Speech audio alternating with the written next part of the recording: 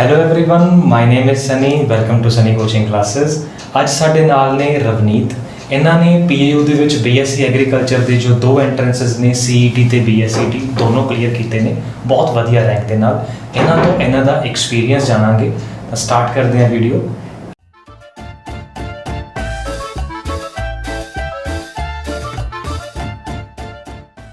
Please Ravneet पहला अपनी introduction दिओ। तुहाडा नाम, किस सिटी तो, किहड़े स्कूल तो अपनी 12th की है, किहड़े एंट्रेंसेस दे विच किन्ना रैंक तुसीं अचीव कीता? Myself Ravneet Kaur. I am from village Lewan, district Mansa. I have secured 19th rank in CET and 10th rank in BSCT examination. I would really like to thank Sunny Coaching Classes for their hard work and dedication. Thank you so much जी। CET और BSCT दोनों exams में difficulty level exactly similar है या कुछ differences देखते हैं? Similar ही लगा, मतलब केमिस्ट्री भी सिमिलर ही थी, वैसे मैथ का लेवल भी सेम ही था, फिजिक्स में थ्योरेटिकल मतलब क्वेश्चन ज़्यादा थे, वैसे सिमिलर ही लेवल लगा मुझे। ठीक है। What do you think CET में तीनों सब्जेक्ट्स में से सबसे इजी सब्जेक्ट कौन सा है और सबसे टफ कौन सा है? सीईटी में सबसे इजी मैथ्स आता है और सबसे टफ केमिस्ट्री लगती है। ठीक है। केमिस्ट्री में ऐसा क्या पार्ट टफ लगता है? केमिस्ट्री में ऑर्गेनिक के क्वेश्चन थोड़ी सी मतलब उसकी वेटेज ज़्यादा होती है उसके लिए। ठीक है। अब आप पीएयू में कौन सा कोर्स ऑप्ट करना चाहते हैं? बिकॉज जनरल कैटेगरी में with this rank you can get any course. General category में 19th रैंक के साथ आप पीएयू सीईटी में कोई भी कोर्स में जा सकते हैं। आप कौन सा कोर्स शॉर्टलिस्ट किया आपने? BSc agriculture. अच्छा जी। ये एग्रीकल्चर का मन आपने कब से बनाया? 12th में बना या पहले से डिसाइडेड था? 12th के मतलब एग्ज़ाम देने के एग्जैक्टली बाद, उसके बाद मतलब पता चला कि कोचिंग वगैरह भी दी जाती है, फिर मैंने सोचा कि सनी कोचिंग क्लासेस वहाँ से कोचिंग ली जाए और मुझे यहाँ पे आकर अच्छा लगा, तो बस आपसे भी मैंने पूछा तो मुझे ऑल ओवर अच्छा लगा। ठीक है। आपने ऑनलाइन क्लासेस लगाई या ऑफलाइन क्लासेस? मैंने दोनों ही लगाई, कुछ टाइम मैंने मतलब ऑफलाइन लगाई और कुछ टाइम मैंने ऑनलाइन लगाई। तो आप बेटर कंक्लूड कर पाएंगे। आप पहले ऑफलाइन के लिए आए थे, पहले ऑनलाइन के लिए? पहले ऑफलाइन के लिए। ठीक है। जो पहले ऑफलाइन के लिए आए तो बहुत सारे स्टूडेंट्स ऑफलाइन इसीलिए प्रेफर करना चाहते हैं, उनके माइंड में होता है कि शायद ऑनलाइन मेरा उतना अच्छा एक्सपीरियंस नहीं रहेगा। तो अब आप दोनों को कंपैरिजन कैसे देखते हैं? ऑनलाइन बेटर है या ऑफलाइन बेटर है?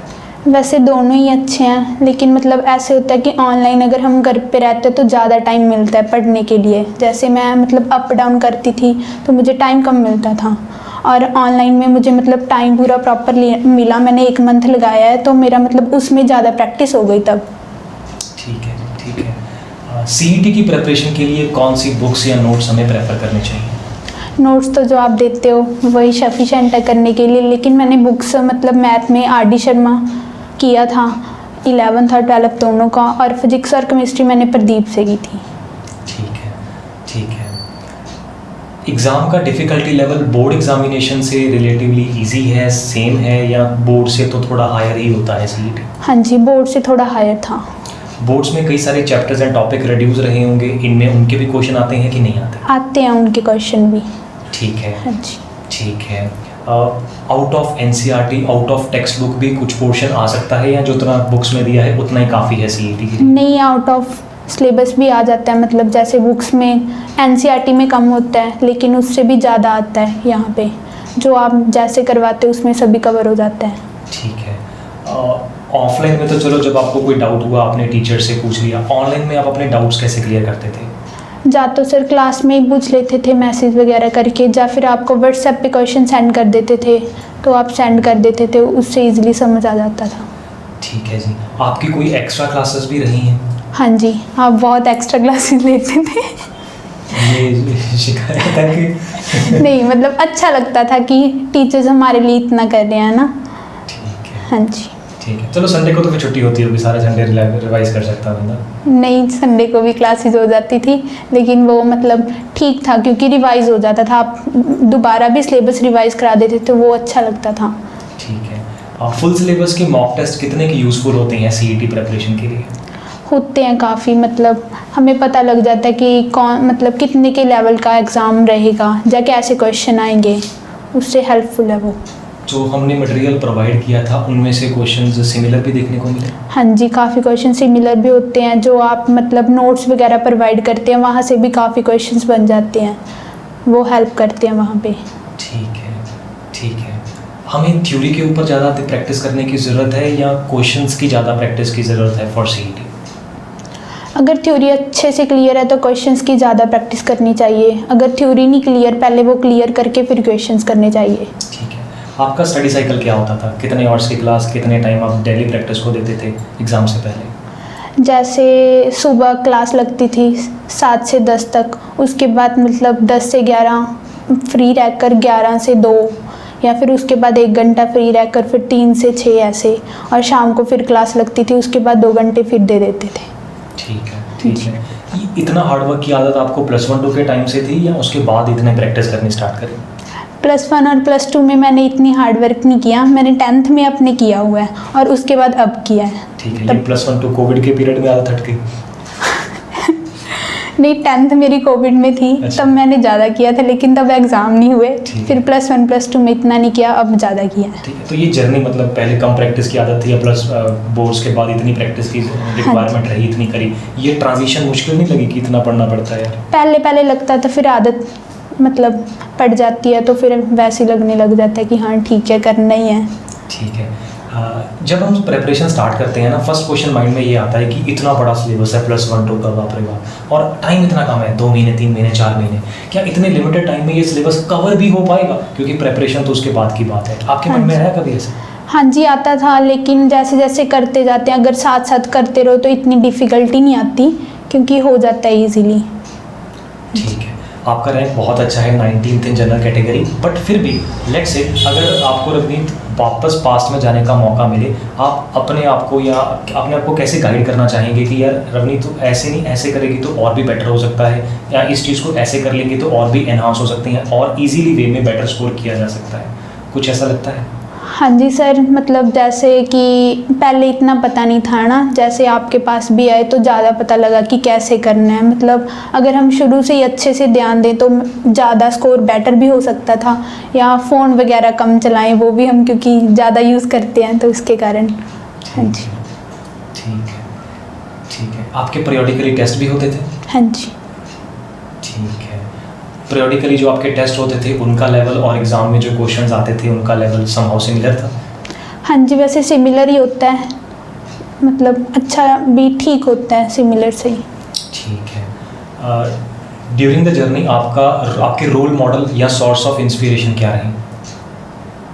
सर आप ही रहे वो तो। मैं क्यों? पेरेंट्स, टीचर्स, कुछ और नहीं? नहीं, टीचर्स भी रहे मेरे, मतलब एक टीचर हैं मेरे, मैथमेटिक्स के टीचर हैं, ट्यूशन टीचर, वो भी रहे, उनसे बात करते थे, आपसे भी बात करते थे। पेरेंट्स भी रहे, वो भी मोटिवेट करते थे कि नहीं हो जाएगा, है ना। ठीक है, जी। ठीक है। एक प्रिपरेशन के टाइम पे ना एक फेज ऐसा आता है, कई बार कुछ फ्रेंड्स या कुछ रिलेटिव्स या कुछ कोई ना कोई ऐसे होते हैं जो थोड़ा सा नेगेटिव एनर्जी देते हैं कि यार इतना कंपटीशन है, हज़ारों बच्चा पेपर देने वाला, तेरा थोड़ी क्लियर होगा, इतने टाइम में, इतने लिमिटेड टाइम में थोड़ी कर लेंगे, बच्चे तो ड्रॉप करते हैं इसके लिए। हाँ जी। आपके साथ भी कुछ ऐसा हुआ? सर यस हुआ, जिस दिन रिजल्ट आया उसी दिन हुआ। जैसे मैंने मतलब फ़ोन करके बताया कि इतना रैंक आया, अरे अच्छा तेरा रैंक कितना आ गया? किसने कहा? बस ऐसे काम तो नहीं ले सकते। अच्छा, फ्रेंड्स में से थे, रिलेटिव्स में से?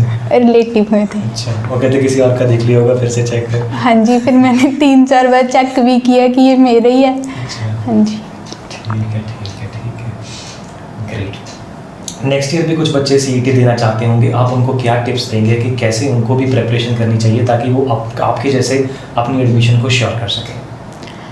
सबसे पहले तो मतलब कोई कोचिंग इंस्टीट्यूट उनको ज्वाइन करना चाहिए। मैं तो रिकमेंड करूँगी कि सनी कोचिंग क्लासेस ज्वाइन करनी चाहिए, क्योंकि यहाँ पे मतलब मटेरियल भी बहुत अच्छा प्रोवाइड किया जाता है, सर भी बहुत हेल्प करते हैं पढ़ने में और पढ़ाने में भी। मतलब सर पढ़ाते भी अच्छा हैं, तीनों सब्जेक्ट अच्छी तरह करवा देते हैं, और मतलब आप भी अपने आप भी हार्ड वर्क करने की आदत डालनी चाहिए। मतलब ज़्यादा से ज़्यादा टाइम देना चाहिए स्टडी को, अच्छे से प्रिपेयर करना चाहिए। जो सर मॉक टेस्ट वगैरह प्रोवाइड करते हैं वो सभी करने चाहिए। जो भी सर ने थ्योरी या नोट्स प्रोवाइड किए होते हैं वो भी अच्छे से पढ़ने चाहिए। ठीक है। 12th के बाद आजकल फॉरेन का भी है, आपके मन में नहीं आया कि 12th के बाद आईएलटीएस करने बाहर जाएं? नहीं सर, मेरे मन में ये शुरू से ही नहीं था, बल्कि मेरे खुद के सिस्टर भी बाहर हैं, मेरे काफ़ी फैमिली मेम्बर्स, मेरे बुआ, पर मेरे मन में नहीं था कि जाना है। कहते तो सारे रिलेटिव जरूर होंगे कि तू इतने की करी जानी है ना, हाँ जी। आईएलटीएस कर बाहर जा, तो ये आपके मन में ऐसा क्यों नहीं था कभी भी? मैंने बस शुरू से सोचा हुआ था कि अगर रहना है तो इधर रह के कुछ करना है, लेकिन बाहर नहीं जाना। अब भी मुझे कहते हैं कि यहाँ पे क्यों, यहाँ पे कुछ नहीं होगा। मैंने कहा कि नहीं, अब तक यहाँ तक पहुँच के तो आगे भी देखते हैं। बिल्कुल, यहाँ पे भी हर एक डिज़ायर्ड मंजिल पे पहुँचा जा सकता है, बहुत अच्छी ग्रोथ की जा सकती है, बहुत कुछ है। तो बिल्कुल वैसे भी हमें इंडिया को प्रमोट करना चाहिए और पार्टिसिपेट करना चाहिए देश की इकोनॉमी में भी। That's great. आपकी स्कूलिंग क्लास 12 कौन से स्कूल से कौन से बोर्ड, कितना परसेंटेज, क्या स्कोर रहा था? मेरा स्कूल है सर्वितकारी विद्या मंदिर बीखी, CBSE बोर्ड है, और मेरा जो स्कोर है वो रहे परसेंटेज 88.6। ठीक है, PCM नॉन मेडिकल। हाँ जी। स्कूल लेवल पे कौन सा सब्जेक्ट इजी लगता था? मैथमेटिक्स ही लगता था। ठीक है, इसीलिए आपको CET में भी मैथ्स इजी लगा? हाँ जी। ठीक है, ठीक है, ठीक है। तो मैथ्स शुरू से इजी लगता था, तो BSc ऑनर्स मैथ्स का नहीं सोचा? पहले था, लेकिन मतलब यहाँ पे भी आया, आपने भी बताया कि BSc एग्रीकल्चर का ज़्यादा वो है, तो मतलब मन चेंज हो गया कि नहीं, BSc एग्रीकल्चर करनी चाहिए। ठीक है। आफ्टर BSc एग्रीकल्चर क्या फ्यूचर प्लान है? BSc एग्रीकल्चर के बाद नेक्स्ट क्या, जॉब्स वगैरह की तरफ जाना है, मास्टर्स की तरफ जाना है, या फिर से फॉरेन के क्वेश्चन को हम रिव्यू कर सकते हैं कि शायद कभी चांस बने? हाँ जी, अगर मतलब फॉरेन का चांस बनता है तो उधर भी देख सकते हैं, लेकिन ज़्यादा है कि इंडिया में रहकर ही अगर कोई जॉब करे। ठीक है, अभी MSc का प्लान नहीं है? नहीं, अभी तो नहीं है। ठीक है, ठीक है। और एग्जैक्ट कौन सी स्ट्रेटजी थी जिसको आपने फॉलो किया ताकि आपके लिए आपका रैंक बहुत अच्छा है? क्या स्ट्रेटजी या स्टेप्स आपने फॉलो किए? बस सर, सोचा था कि ये चीज़ करनी है तो बस करनी है। मतलब कभी डीमोटिवेट भी हो जाते थे, फिर अपने आप को मोटिवेट करना कि नहीं ये करना है। बस सोचा हुआ था कि हाँ BSc एग्रीकल्चर में एडमिशन होनी चाहिए, कैसे भी मर्जी, मतलब कितनी मर्जी वो करें, हार्ड वर्क करें। तो मैंने मतलब हार्ड वर्क किया, 1 महीने में मैंने पूरा अच्छी तरह किया, क्योंकि मैंने तब ऑनलाइन लिया था, पहले अप डाउन के कारण इतना होता नहीं था। 1 महीने में मैंने पूरा अच्छी तरह मतलब किया। ठीक है, जैसे जनरल कैटेगरी में BSc में 10th रैंक, CET में 19th रैंक, अब क्या एक्सपेक्टेड था ये रैंक एग्ज़ाम से पहले या एग्ज़ाम देके रिजल्ट से पहले एक्सपेक्ट कर रहे थे कि इतना रैंक में अचीव कर सकते हैं? पहले तो नहीं लगता था, ऐसे लगता था कि मतलब कंपटीशन भी बहुत ज़्यादा है ना। बाकी आपको पता है सभी आपस में कहते रहते हैं कि नहीं इतने ज़्यादा बच्चे एग्ज़ाम देंगे तो कहाँ से होगा। तो कभी कभी होता था, लेकिन कभी कभी लगता था कि नहीं हो भी सकता है, जैसे वो बच्चे हैं वैसे हम भी हैं ना, हमने भी प्रैक्टिस की है। तो कभी लगता था, कभी नहीं भी। तो फिर जब इतना अच्छा रिजल्ट मतलब एक्सपेक्टेशन से ज़्यादा एकदम से मिलता है तो कितनी खुशी होती है हमें और हमारे सर पेरेंट्स को? बहुत ज़्यादा, पेरेंट्स को भी बहुत ज़्यादा हुई। अच्छा, नेगेटिव मार्किंग से कैसे बचें? बिकॉज 1/4 नेगेटिव मार्किंग है, बहुत बुरी चीज़ है नेगेटिव मार्किंग, अच्छे बनते बनते मार्क्स कटवा देती है। How to deal with it? Sir मतलब जितने क्वेश्चन आते हैं पहले तो वो अटैम्प्ट करो। बाकी जैसे आपने बताया था कि जो क्वेश्चन आता है पहले वो अटैम्प्ट करो, जो नहीं आता वो छोड़ दो एक बार, जो ज़्यादा लेंथी है वो एंड में अटैम्प्ट करना। तो मैंने ऐसे किया था, मतलब अप्रॉक्स 105 106 मैंने बिल्कुल करेक्ट वाले किए, और उसके बाद जो लेंथी क्वेश्चंस थे वो रहते थे, जैसे मतलब अप्रॉक्स तीनों सब्जेक्ट्स में से लगाकर 9 और 10 क्वेश्चन थे, वो मैंने सॉल्व किए। उसके बाद जो टाइम बचा उसमें मतलब होता है ना कि ये पड़ा हुआ है, ये चीज़ लग रही है, तो मैंने 5-6 बस वैसे किए। टोटल मैंने 121 क्वेश्चन अटैम्प्ट किए थे दोनों एग्ज़ाम में ही, तो मैंने दोनों में ही ऐसे किया था। ठीक है, 166 में से 121 के अप्रॉक्स। हाँ जी। आपके नेक्स्ट जूनियर्स के लिए आपके पास क्या टिप्स हैं ताकि वो भी आपके जैसे रैंक अच्छा श्योर कर सकें? बस पहले मतलब अपना टाइम मैनेजमेंट करें, वो मतलब कि कैसे करना है, और उसके बाद अपना थ्योरी पे ज़्यादा फोकस करें, उसके बाद क्वेश्चंस करें अच्छी तरह। और टाइम मैनेजमेंट, सबसे बड़ी चीज़ तो टाइम मैनेज करना है ना, कि इतने कम टाइम में हमने इतना ज़्यादा सिलेबस करना है, तो वो टाइम मैनेजमेंट ही होगा। आपने कोर्स ज्वाइन करते टाइम कोई डेमो क्लास भी लगाई थी या डायरेक्ट ज्वाइन कर लिया? मैंने एक डेमो क्लास लगाई थी, मुझे वो अच्छी लगी, फिर मैंने नेक्स्ट डे यहाँ पर आना स्टार्ट कर दिया था। अच्छा, कई बच्चे को ऐसा लगता होता है कि फर्स्ट डेमो क्लास तो चलो अच्छी देती हैं, उसके बाद एंड तक बस ठीक है। क्या ऐसा ही हुआ कि फर्स्ट डेमो अच्छी थी, उसके बाद लेवल थोड़ा सा डाउन हुआ कि नहीं, बढ़ गया? वही लेवल था, मतलब बढ़ी गया लेवल, उससे भी ज़्यादा। मतलब सर ने बहुत ज़्यादा हार्ड वर्क किया हमारे लिए, हमने भी हार्ड वर्क किया, लेकिन सर ने हमसे भी ज़्यादा हार्ड वर्क किया है। हमें इतना अच्छा रैंक आया है तो सर की वजह से ही आया है। Thank you so much. एक आइडियल टाइम कितना देना चाहिए हमें सीईटी की प्रिपरेशन के लिए? क्या जब फॉर्म आ जाए तभी प्रिपरेशन स्टार्ट करें, बोर्ड्स के जस्ट आफ्टर कर लें, या 11th 12th के साथ कर लेंगे तो और भी बेटर है? हाँ जी, अगर 11 12 के साथ करते हैं तो ज़्यादा बेटर है। आपका कोचिंग का एक्सपीरियंस कैसा रहा? मेरा कोचिंग का एक्सपीरियंस बहुत ज़्यादा अच्छा रहा, मतलब कि मुझे अच्छी तरह सर सभी कुछ प्रोवाइड करते थे हमें, मतलब नोट्स वगैरह, मॉक पेपर वगैरह, तो अच्छा लगता था। क्लासेस अच्छे से रेगुलर लगती थी, कभी भी सर ने कोई हॉलीडे नहीं किया ऐसे कि मतलब कि हाँ हॉलीडे कर दिया, सिलेबस का लॉस होगा, नहीं, सारा सिलेबस सर ने टाइम पे करवाया, टेस्ट वगैरह से टाइम पे लेते थे, तो ऑल ओवर अच्छा रहा। थैंक यू सो मच जी। क्या ये वीडियो हमारी स्क्रिप्टेड है? आपको क्वेश्चन पहले बता दिए थे कि ये याद करके आना या ये यहाँ पर बता नहीं, दिया कि ये नहीं, करना? नहीं। डायरेक्ट जो आ रहा है वही चल रहा है? हाँ जी। ठीक है जी। क्या हम फ्यूचर में ये वीडियो आपके सोशल मीडिया प्लेटफॉर्म्स पे शेयर कर सकते हैं? हाँ जी। तो thank you so much for giving your time Ravneet. हम यही प्रे करते हैं कि आप आगे भी ऐसे ही प्रैक्टिस करते रहो और अपनी डिज़ायर्ड मंजिल पे पहुँचो। Thank you so much for giving your time and all the best for future. Thank you sir. ਤੇ ਕਿਦਾਂ ਦਾ ਹੋਇਆ ਤੁਹਾਡਾ ਰਵਨੀਤ? ਸਰ ਵਧੀਆ ਹੋਇਆ। ਤਿੰਨਾਂ ਚੋਂ ਸਭ ਤੋਂ ਈਜ਼ੀ, मैथ, ਸਭ ਤੋਂ ਔਖਾ? केमिस्ट्री लगी, ਅੱਛਾ, ਇਦਾਂ ਕਿਉਂ? ਕੈਮਿਸਟਰੀ 'ਚ ਕੀ ਔਖਾ ਸੀ? ऑर्गेनिक करके बस। ਅੱਛਾ, ਆਰਗੈਨਿਕ ਤੰਗ ਕਰਦੀ ਹੈ। हाँ जी। ਤੁਸੀਂ ਬੀਸੈਟ ਵੀ ਦਿੱਤਾ ਸੀ? हाँ जी। ਤੁਸੀਂ ਵੀ ਦਿੱਤਾ ਸੀ ਬੀਸੈਟ? ਤੁਹਾਡਾ ਬੀਸੈਟ ਕਿੰਨਾ ਰਿਹਾ? 9th ਤੁਹਾਡਾ? 10th। ਅੱਛਾ। ਤੁਸੀਂ ਪਹਿਲਾਂ ਵੀ ਫਰੈਂਡਸ ਹੀ ਹੋ? क्लासमेट्स। अच्छा, ये तो ग्रुप स्टडी करते रहे और सेम रैंक ले रहे हो? अच्छा, सेम नोट्स ਤਾਂ ਆਪੇ ਹੋ ਗਏ ਤਾਂ ਸਾਡੇ ਹੀ ਸੀਗੇ। ਠੀਕ ਹੈ। ਤੇ ਇਹਦੇ 'ਚ ਵੀ ਮਤਲਬ ਉਹ ਬੀਸੈਟ ਦੇ ਨਾਲੋਂ ਔਖਾ ਸੀਗਾ ਕਿ ਬੀਸੈਟ ਲੈਵਲ ਹੀ ਸੀ? मतलब थोड़ा सिमिलर जही लेवल से। ਠੀਕ ਹੈ। ਤੇ ਤੁਹਾਨੂੰ ਤਿੰਨਾਂ 'ਚ ਔਖਾ ਕੈਮਿਸਟਰੀ ਲੱਗਿਆ, ਉਹਦੇ 'ਚ ਆਰਗੈਨਿਕ ਕਰਕੇ ਹਾਂਜੀ। ਕੀਤੇ ਹੋਏ ਕੁਐਸਚਨ 'ਚੋਂ ਸੀਗੇ? हाँ जी। ਓਵਰਆਲ ਤੁਸੀਂ ਕਿੰਨੇ ਕ ਅਟੈਂਪਟ ਕੀਤੇ ਨੇ? 121। ਠੀਕ ਹੈ, ਲਗਭਗ ਸਹੀ ਨੇ? हाँ जी। ਠੀਕ ਹੈ। मतलब तुक्के भी आए तो लाई ने। ਦੋ ਚਾਰ ਕ हाँ जी। ਇੰਨੇ ਕੁ ਤਾਂ ਚਲੋ ਚੱਲਦੇ ਵੀ ਨੇ। हाँ जी। ਤੇ ਤੁਸੀਂ ਜੀਐਨਡੀਯੂ ਤਾਂ ਨਹੀਂ ਦਿੱਤਾ? नहीं। ਠੀਕ ਹੈ। ਤੇ ਲੈਣੀ ਆਪਾਂ ਇੱਧਰ ਐਗਰੀਕਲਚਰ 'ਚ? हाँ जी। ਠੀਕ ਹੈ। ਤੇ ਪੀਯੂ 'ਚ ਫਿਰ ਗਏ ਨਹੀਂ? ਉਹਦੇ ਵੀ ਚੱਲ ਰਹੀਆਂ ਸੀ ਐਡਮਿਸ਼ਨਸ? नहीं सर।